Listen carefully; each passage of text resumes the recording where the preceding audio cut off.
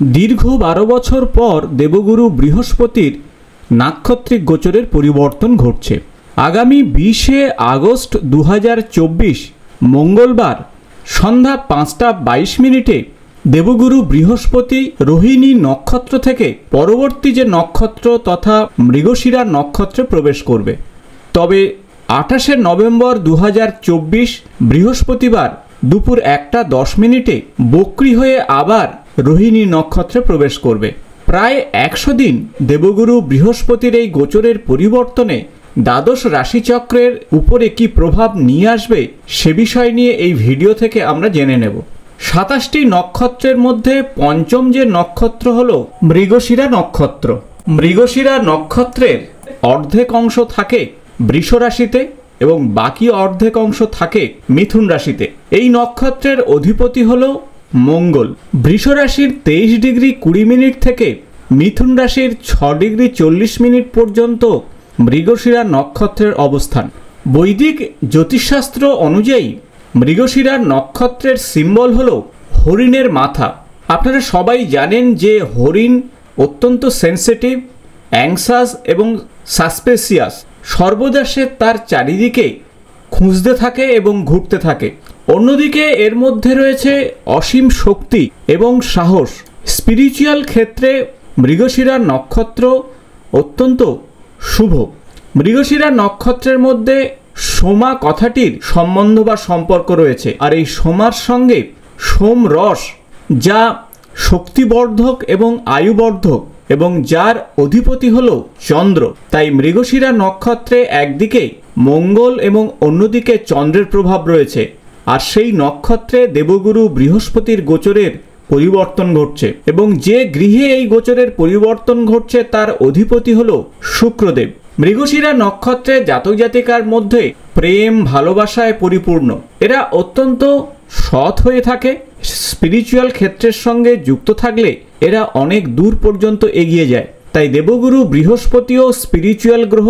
তাই দুই স্পিরিচুয়াল ক্ষেত্রের সংমিশ্রণে আধ্যাত্মিক জগতের অত্যন্ত গুরুত্বপূর্ণ পরিবর্তন আসতে পারে আগামী 100 দিনে।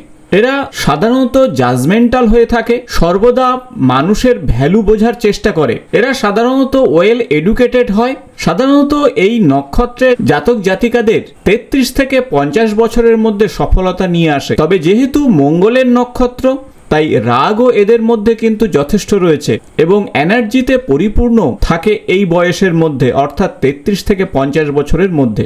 আসুন আমরা জেনে নেব আগামী 100 দিন দেবগুরু বৃহস্পতির এই নাক্ষত্রিক গোচরের পরিবর্তনে আপনার রাশির জাতক জাতিকাদের জীবনে কি ধরনের শুভ বা অশুভ ফল আসতে পারে। আপনারা চন্দ্র রাশি সাপেক্ষে এই ভিডিও দেখবেন। আজ এই ভিডিও থেকে আমরা জেনে নেব আগামী 100 দিনের দেবগুরু বৃহস্পতির নাক্ষত্রিক গোচরের পরিবর্তনে কি প্রভাব নিয়ে আসবে মকর রাশির জাতক কিংবা জাতিকাদের জীবনে। দ্বাদশ রাশি চক্রের দশম রাশি হলো মকর এবং আপনার রাশির অধিপতি হলো শনিদেব।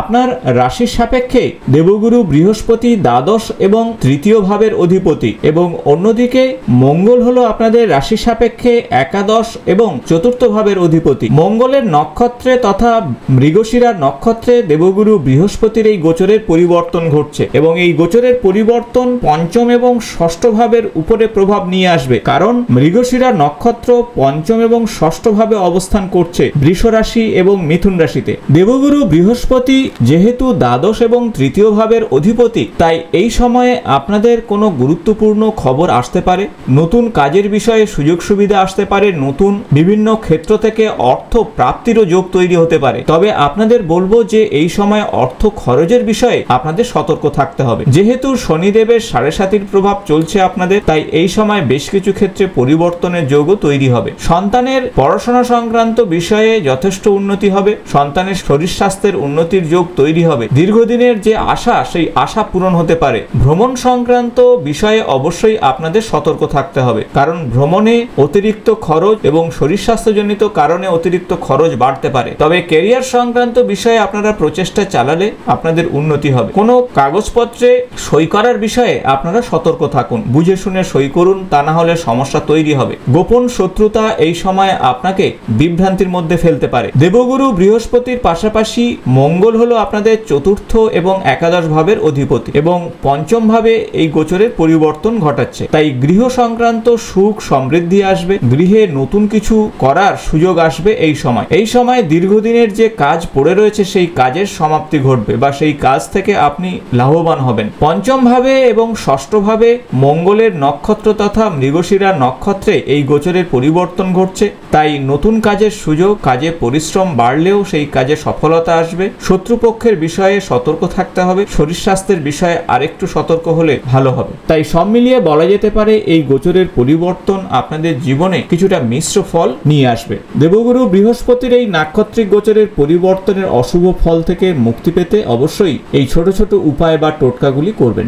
এখন আসুন জেনে নেওয়া যাক বেশ কিছু উপায় বা টোটকা যা এই সময় করলে আপনারা অত্যন্ত শুভ ফল পাবেন। যারা রুদ্রাক্ষ ধারণ করতে চাইছেন তারা এই সময় 18মুখী রুদ্রাক্ষের সঙ্গে 5মুখী রুদ্রাক্ষ ধারণ করতে পারেন, কারণ 18মুখী রুদ্রাক্ষ মঙ্গলের প্রতীক এবং 5মুখী রুদ্রাক্ষ দেবগুরু বৃহস্পতির প্রতীক। অথবা আপনি 3মুখী রুদ্রাক্ষের সঙ্গে 10মুখী রুদ্রাক্ষ ধারণ করতে পারেন। তাছাড়া এই সময় আপনারা মঙ্গলের যে গাছ অর্থাৎ খদির, এক টুকরো খদির গাছের কাণ্ড কাছে রাখুন, অথবা গৃহে যজ্ঞতে খদির কাঠ ব্যবহার করুন বা খদির পাতা ব্যবহার করুন, তাহলে মঙ্গল অত্যন্ত প্রসন্ন হবেন। তাছাড়া হনুমান চল্লিশা প্রত্যহ পাঠ করুন এবং দেবাদিদেব মহাদেবের কোনো শিবলিঙ্গে গিয়ে জল নিবেদন করুন, সঙ্গে ওম নমঃ শিবায় মন্ত্র জপ করুন। এই ছোট ছোট উপায় বা টোটকাতে দেবগুরু বৃহস্পতির এই মঙ্গলের নক্ষত্রের গোচরের পরিবর্তনের অশুভ ফল থেকে আপনারা মুক্তি পাবেন।